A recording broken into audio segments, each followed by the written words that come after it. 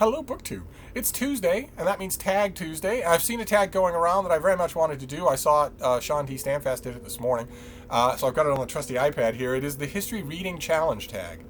And it was created as a sort of a companion tag to the History Reading Challenge event that's being put on by Justin at Ghost Reader, Justin at Triumphal Reads, Emma at Cup of Books, and Jenny at Bookish Shenanigans. 4 fantastic channels. I will leave links to them because they're well worth you following whether you are going to do the History Challenge or not. But the History Challenge is all about upping the profile of history reading on BookTube just a bit, giving it its moment in the sun. It's a great idea. There are a whole bunch of BookTubers now, unlike the earliest days of BookTube, who love reading history and biography and that sort of thing, and I'm one of them. I absolutely love reading history and biography. I don't read only that because I have FOMO. I have fear of missing out. If I concentrated on one genre, I would be unbearably tormented by the thought of what I was missing in science fiction or romance or mystery or nature writing or fiction just in general. So I read as widely as I can, but if in an alternate reality in which I did concentrate on one kind of reading, it would be history and biography, definitely, without any hesitation at all. So this naturally appeals to me. And the questions are terrific too. I think the great open-ended nature of the questions is what drew Sean to the tag in the first place, and me too. So question number 1, what first got you into history?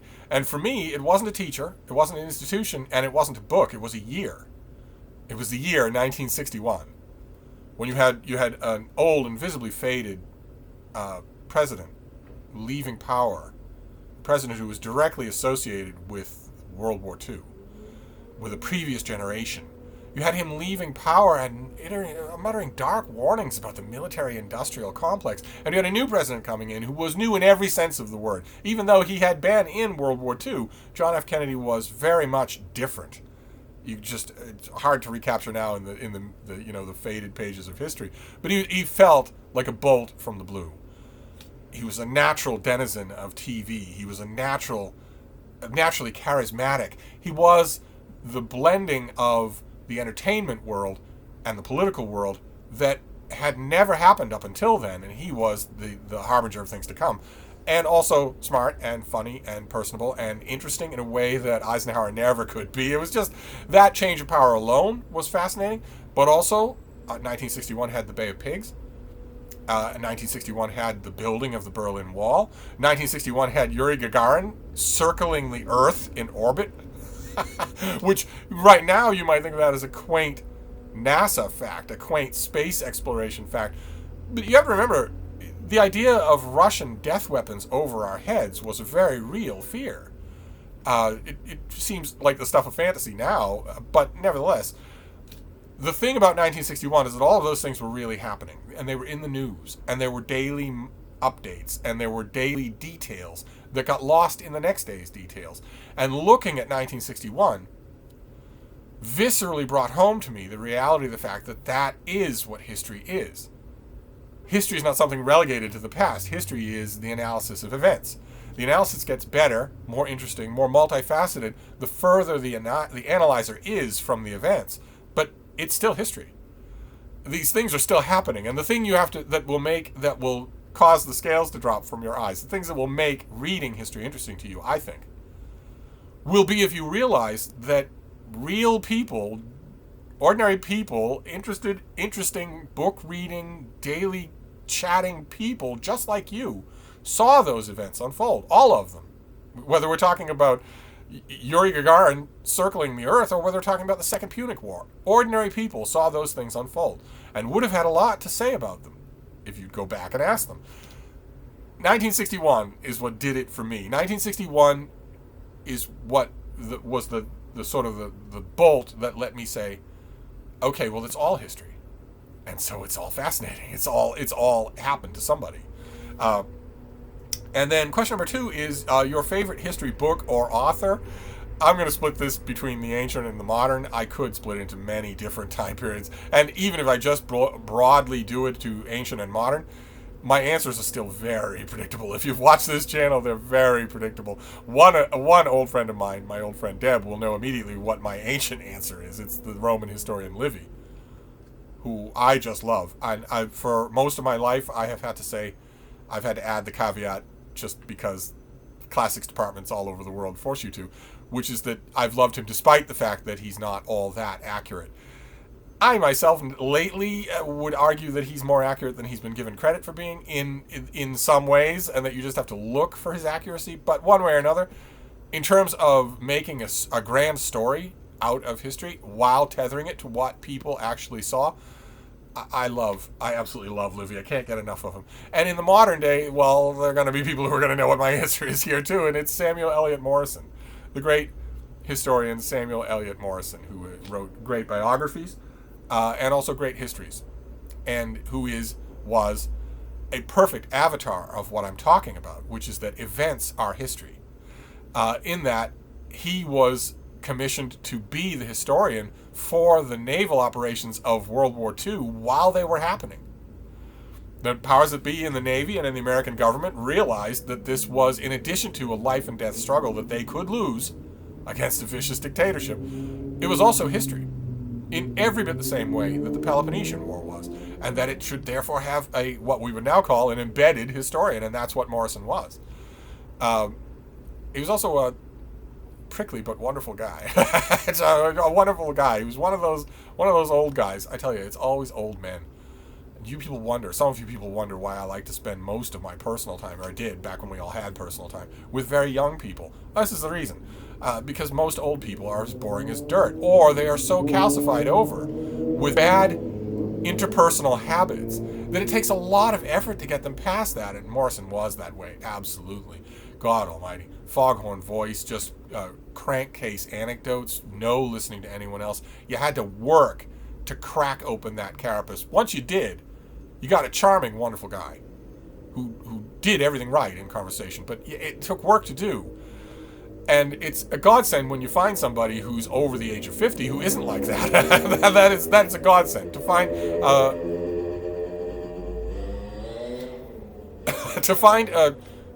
50-plus man who can be a lively person in conversation, a normal person in conversation, give and take, learning, changing, adapting. That's wonderful. Morrison wasn't that unless you really worked at it, but nevertheless, his histories, I have recommended them before, and I have always said, you don't have to take my word for it. Or I might add the word of other old seasoned readers on this channel, on BookTube. Despite the fact that BookTube has grown exponentially over the last 4 or 5 years, it's still a relatively small number of channels of older, interesting readers. Older readers who have done a huge amount of reading, like for instance in history and biography, who aren't boring or crazy. There's still only a relatively small number of them, and virtually all of them sing the praises of this author, and there's a good reason for that. I always say, you don't have to take my word for it. Pick something that he wrote and read it for yourself. You will see. You may find a Samuel Eliot Morrison book without a dust jacket, covered in dirt and mildew from somebody's attic for 50 years at a flea market, and you might think, well, okay, if I'm looking at it that way, that must be what it is. But no, that is not what it is, any more than the writings of James Russell Lowell are that way from 100 years before Morrison. No, these writings are alive. Young, limber-kneed, alive. Just have to give it a chance. Give them a chance to read that way. A lot of people don't, but if you get a chance, I'm willing to stake a lot. I'm willing to stake my reputation as a recommender of books, which I value more highly even than my reputation as a reviewer of books. I don't like to know that my recommendations are going wrong, and I am very pleased to say they usually don't. This is an author I strongly, strongly recommend, no matter what he may seem to you, and no matter how old he is. I strongly recommend him. So I'm just going to leave it to those two, Livy and Samuel Eliot Morrison. We'll leave it to those. I could go on at great length. Question number 3 is, what is your most anticipated history book that you haven't read yet? And for me, those of you who are new to the channel might not know this. I am a professional book reviewer, and if those of you who are not new to the channel will know that new books, the new releases in the American book market in the 15 or so genres that I read are my bailiwick. That is the remit that I have given to myself. I could easily not. I could easily just read all sorts of other things in miscellaneous collections the way so many of the booktubers I love do. But we all have our things, right? We all have our themes to reading in one way or another. This is mine. My remit is to keep some kind of handle on the American mainstream book publishing world. So, when you ask the question, what is your most anticipated history you haven't read yet? There are lots of history books that are coming out this autumn and winter that I haven't read yet that I very, very much want to. I jot down one here because it struck me as really interesting. It's called A Demon-Haunted Land. Excuse me. And it's by Monica Black. And it's about a subject I don't think I've ever read about before. She examines, with a huge amount, it sounds like a huge amount of original research, she examines the weird coping mechanisms that the citizens of Germany used immediately after the war to avoid facing not only their daily reality, but what we would have to call to some extent their collective guilt. And a lot of those things, those expedients that they turned to in the immediate after-war years were supernatural. They were demons, witches, magic spells, that sort of thing. The deeply ingrained sorcerous, supernatural folklore life of Germany just came bubbling to the surface in these ruined, bombed-out neighborhoods. And I don't think I've ever read about that before. And apparently Monica Black has written a whole book on the subject. Can't wait to read it, see what she uncovers, and how thought-provoking that will be. Just that's fantastic. Don't know that I'll be able to review it, unlike, for instance, other members of the OGBG. Unlike Jason Harrigan, for instance, I'm no expert in magic, in its history or anything like that. I'm talking here about the sociological construct. I'm talking here about the sociological construct of magic. There is no actual thing called magic, okay? All right? There are the natural orders. There is the natural science of the natural world, and that is all there is. There isn't anything else but that. There is no actual magic. I am not talking about actual magic when I say I'm not an expert in magic. There's no such thing as magic. There is no supernatural element to life at all, period, of any kind. No spells, no witches, no sorcerers, no evil eyes, no soul, no spirit, no afterlife, no gods, no nothing. There is nothing like that. Nothing like that actually exists. There is no magic in the ontological sense of the word, but nevertheless, studying it as a cultural phenomenon is incredibly interesting. Jason mentioned in one of his most recent videos, that was also ungodly long, as all of our videos are. That's how you can spot members of the OGBG and their adjacent channels, is that they can really go on. He mentioned in one of those videos that the serious study of magic, that kind of study of magic, its cultural and social significance and evolution over time, has been dawdling a bit, and I agree. It's taken mainstream academic journalists quite a while to start turning towards this. Some of them trailblazed in some ways. I used to know Carlo Ginzburg, for instance, who wrote The Cheese and the Worms and also the Night Battles. Two slim and wonderful books. The Night Battles is fantastic about the role of magic in the age of the Inquisition in the Friuli district. I just loved it. But a lot of them haven't. A lot of this stuff has been confined to academic monographs. So it's great to see this. Can't wait to see what Monica Black uncovers. Then question number 4. There are a number of questions in this tag that are impossible for somebody who reads a lot of history and has for a long time. But I'm going to try. We already saw one, your favorite historian, but there are a couple of others, and I think number 4 is one of them. What is your favorite time period and why? Yeah, okay, it is. What book do you want to read or have read about it? For me, there are quite a number of time periods that I love.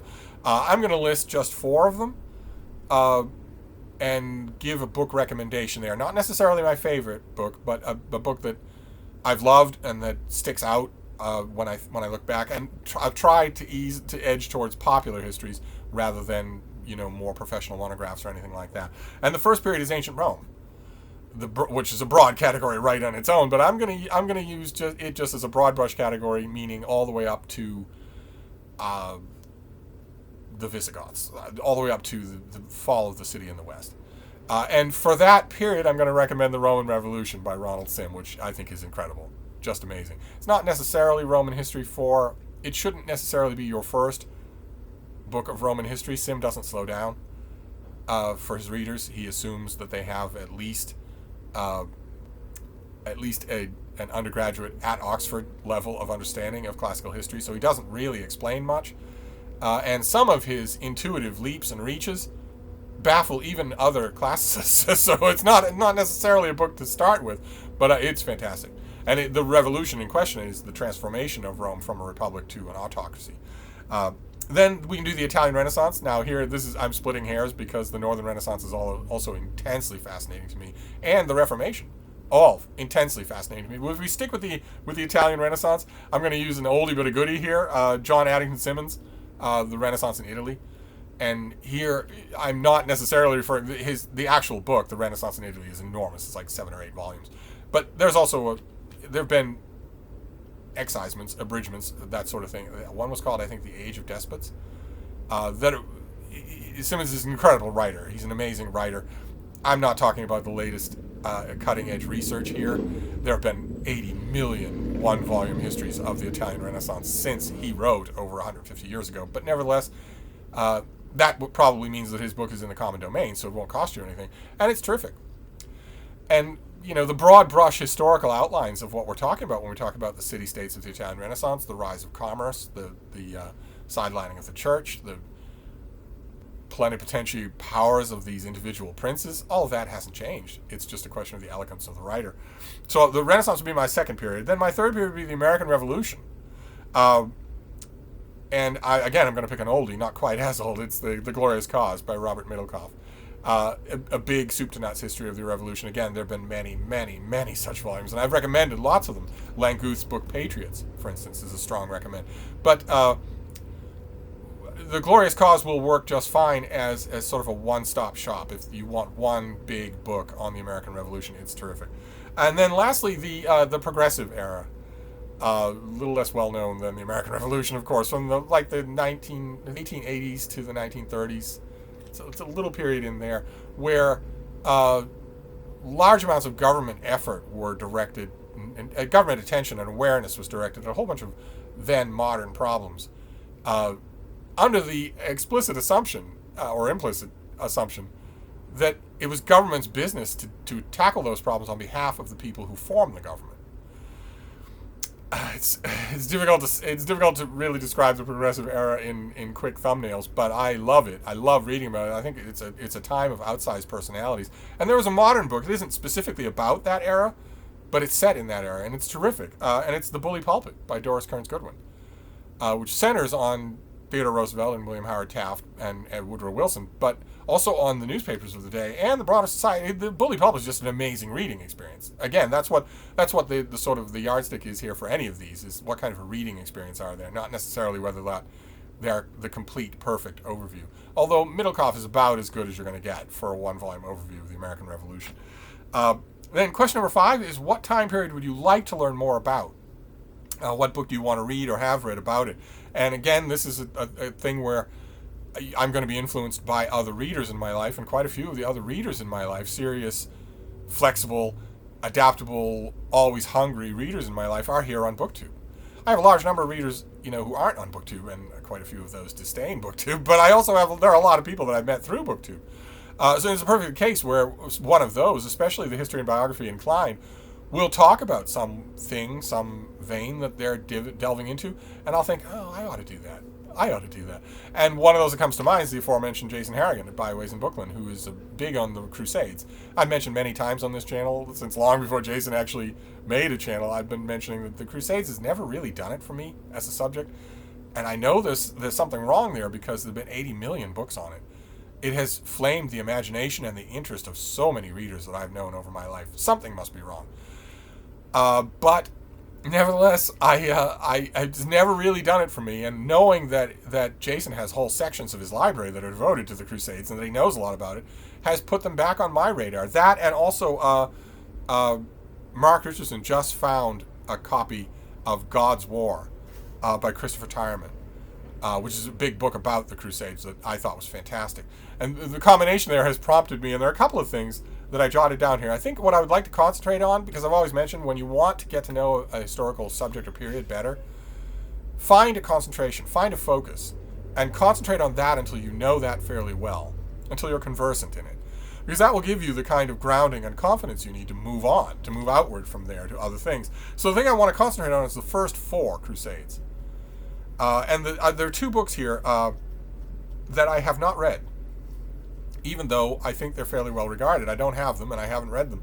The first one is Geoffrey Hindley and he wrote a book called The Crusade, or no, he wrote a book on I think it was just called The Crusades, and I don't have it, and I've heard other people estimate it well. Although now that I think about it, I've never actually asked Jason Harrigan about it. Maybe he probably does have a copy, but I would like to read that. And also, Malcolm Barber wrote a book called The Crusader States that I have never read, and that crops up in a lot of bibliographies that I see. And I'd like to read that as well. There's also one by Jonathan Riley Smith. I don't know if it's any good, but I've seen that crop up a lot too in discussions. And those are three books about the Crusades that I would like to get to. I would like to read them in order to concentrate, learn a little bit more about this period. Then question number 6 is, who is your favorite person in history? What books do you want to read or have read about them? And here I could name a whole slew of people, but I'm going to stick with my 5 guys, my legendary 5 guys. And the first of those is Alexander the Great. And I'm not here going to recommend The Nature of Alexander by Mary Renault, although I could. It's a really good book. I'm going to recommend Robin Lane Fox's biography instead. His has much wider print value probably than Mary Renault, so you could probably find a copy, and it's the standard biography, and it's really, really elaborately detailed. Then the next of my 5 guys is the Roman Emperor Trajan.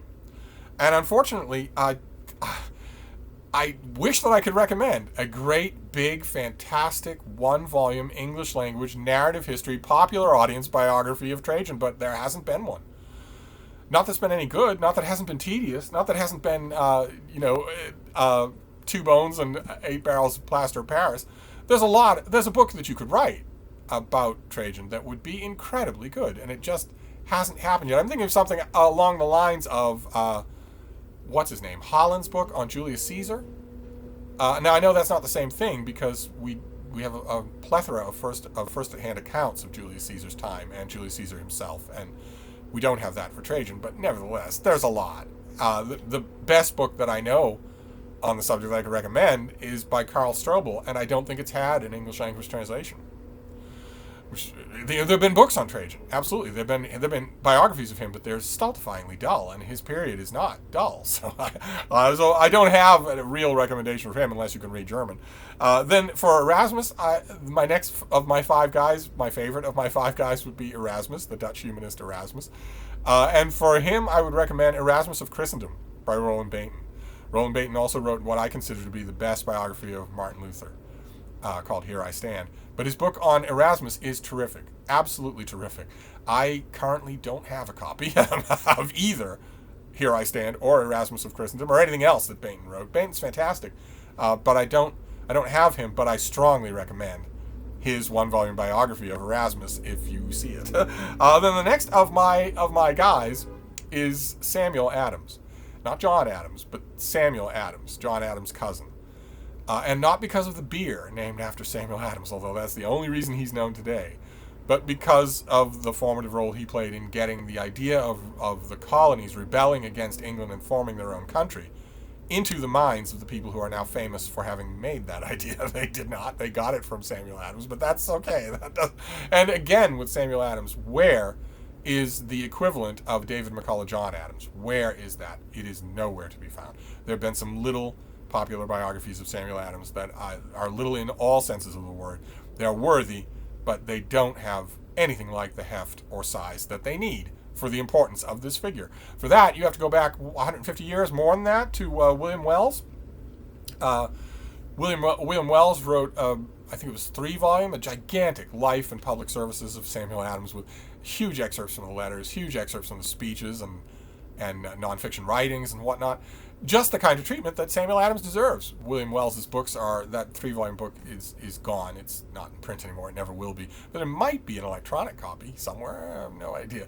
More modernly than that, much more recently than that, the great Pauline Maier wrote an early book years and years and years ago called The Old Revolutionaries. It's not exclusively about Samuel Adams, but it has a lot of great stuff on it. It's well worth your time to read if you're interested in that period. And then the last of my guys, the last of my 5 guys, is William Howard Taft. President Taft, who then lost re-election and went on to become Chief Justice Taft. And again, where is the gigantic popular biography? Where? We're getting, in just a little while, we're getting an 800-page biography of Jimmy Carter. It's the 4th in 20 years? How many 800-page biographies of Reagan have there been? There's already been one about Barack Obama, and there'll be 2 more in the next 10 years. But Taft? No. He gets books, but they are dry and boring and very thin, when this is a person whose public life spanned a long time and a lot of formative periods in American history. Again, with Taft, you have to go back. There was Henry Pringle wrote a 2-volume biography of Taft 100 years ago, almost 30s, in the 1930s. You have to go back to that for the kind of treatment that this figure deserves. Although I jotted down also Jonathan Lurie's William Howard Taft, Progressive Conservative. As you can tell from the title, it's got a political slant, but it's still very good. There are a number of books, like Lurie's book, that are studies of aspects of Taft. The Taft Supreme Court, the Taft presidency, Taft's legal writings, Taft as a jurist, that sort of thing. But I want a huge book. I guess, as I've said on this channel many times, I guess I'm going to have to write it myself. Just a 1,000-page book called Taft. That is that book. That is on the History Book Club, and that is on the front table of the bookstores at right in time for Father's Day or right in time for Christmas. No one's done that on one of the most fascinating figures ever to hold the Oval Office. So my 5th guy is unrepresented as my 4th guy is. But I'm going to stick with those 5. I could do a lot of other figures in history. You've heard me go on and on about a lot of other figures in history on this channel, but I'll stick to just my 5 guys. Then question number 7 is, what history topic would you like to see more fiction or nonfiction books about? If we stick to fiction here, I'd like Noah's Flood, absolutely. That is a joke, BookTube. It's a joke spurred by recent events, IRL, in real life, but it's still a joke because Noah's Flood didn't happen. Noah's Flood is not part of history. A centuries-old man who mystically calls 2 of every kind of animal on Earth onto a wooden boat to survive a year-long worldwide flood, that story is obviously mythology. Noah's Flood didn't happen. The Noachian flood didn't really happen. It is not history. It is mythology. It is mythology. If I had a dime for every working book editor out there, every working commissioned piece editor sends back a quick note saying, you sure Noah's Flood didn't happen? I mean, Noah's Flood didn't really happen? Yeah, Noah's Flood didn't really happen. Okay? It didn't really happen. It is obvious mythology. So it's not Noah's Flood. But if we concentrate on fiction, things I would like to see represented more in like historical fiction, it'd be the 20th century. 20th century, the highlights, I mean, the abdication crisis, World War II, good God help us, World War II. Also maybe a little JFK, the philandering, Camelot, Jackie Onassis, that sort of thing.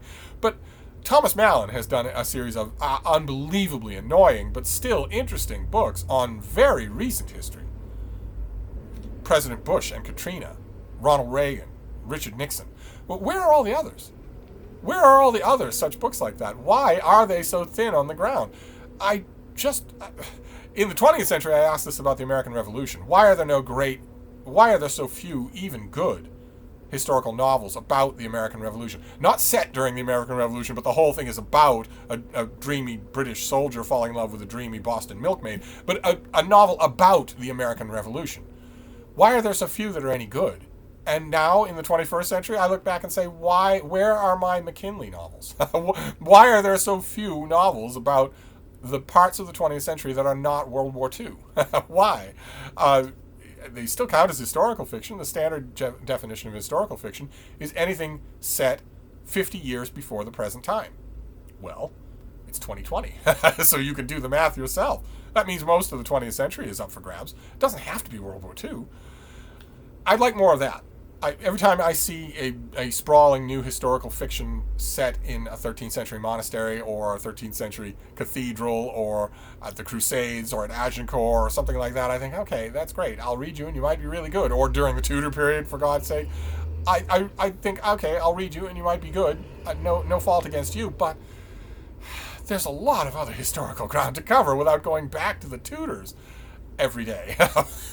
So that'd be, for fiction, that's what I would like. And then question number 8 is, what non-book resources do you enjoy learning about history?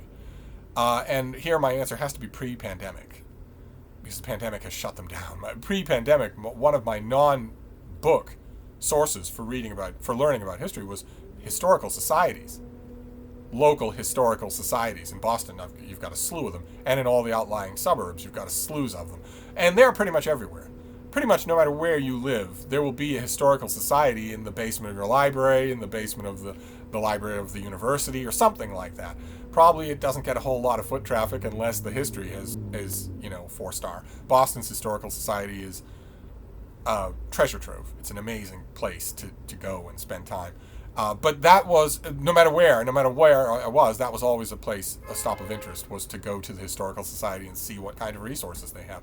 And there's not just one for any place, right? Institutions have them too. The Christian Science Monitor here in Boston has its own historical society. The Boston Globe, Harvard University, the little collections of history like that I always found fascinating, especially since they would often be places where details would accumulate that had slipped through the cracks of larger narratives. That's why going to such places and sifting through their records is invaluable. Don't know how that's going to affect history writing in 2020, because historians can't do that anymore. By and large, they can't do that anymore, and that's got to have an effect, because some of that stuff is not online, and a lot of that stuff couldn't be put online. So, but local historical societies, I'd love to hear about your own local historical society. No matter where you live, you have one. I've lived in some very small towns, and they all had them. But anyway, that is the history reading challenge, except for the final bit and piece here. The final thing, number 9, is a favorite history quote. And here I have a huge number of them. But I want to quote from an author I've mentioned on this channel a couple of times recently, and that is Bruce Caton, the great American Civil War historian Bruce Caton, who wrote endlessly on the Civil War, just a dozen books. And I want to quote you from Never Call Retreat, which is the centennial history of the Civil War. This is the 3rd volume of his centennial history of the Civil War. I want to quote from the end of it, from a thread that he sees running from the beginning of the conflict to the end, and give you a sense of his diction, if I can do it justice. The chapter is called To the Dark Infinite Shore, and it starts out like this. It began with one act of madness, and it ended with another. John Brown heard history's clock strike in the night and tried to hurry the dawn along with gunfire. John Wilkes Booth heard the clock strike, and he tried with gunfire to restore the darkness. Each man stood outside the human community, directed by voices the sane do not hear. I have a flotilla of sirens and wailing engines of destruction headed towards me here. Sounds like they've taken a turn, or maybe they exploded. Here, we're going to start over again. It began with one act of madness, and it ended with another. John Brown heard history's clock strike in the night and tried to hurry the dawn along with gunfire. John Wilkes Booth heard the clock strike, and he tried with gunfire to restore the darkness. Each man stood outside the human community, directed by voices the sane do not hear. And each kept history from going logically. Brown, the Old Testament prophet gone wrong, wrote that the crimes of a guilty land must be washed out with blood, and in the bloodshed he evoked the nation learned some things cannot be washed out that way. Booth, the actor who had played for an audience that lived far back in the shadows, wrote that America was forever ordained to be the white man's country, leaving his fellows to reflect that the Negro had also become an American. The line from Harper's Ferry to Ford's Theater is a red thread binding the immense disorder of the Civil War into an irrational sort of coherence. An irrational sort of coherence. I think that's fantastic, and that's not the best that Bruce Caton gets. I think those of you who love him as much as I do will probably admit that his best is when he's writing about battles. Not only describing them, he describes them incredibly well, but also writing about them, reflecting on them. Those are him at his best, but this is a taste of what he's like. These are incredible books. And that's it. All that's left is to, number 10 is to shout out a booktuber who enjoys reading history. I don't know who's been shouted out and who hasn't. I'm going to shout out BookTube's favorite capitalist, David Murphy, whose bookshelves behind him you can often see are crammed with history. History is an active part of what he reads. So I'm going to shout him out. I don't know that he's done this. I'd love to hear it if he did. So that is it. That is your Tag Tuesday for this Tuesday. A long video, but then again, the aforementioned David Murphy made a 40-something minute video just today. So maybe it's Tedium Tuesday. Maybe that's a new thing. So anyway, I'm going to wrap this up, but I'll be back.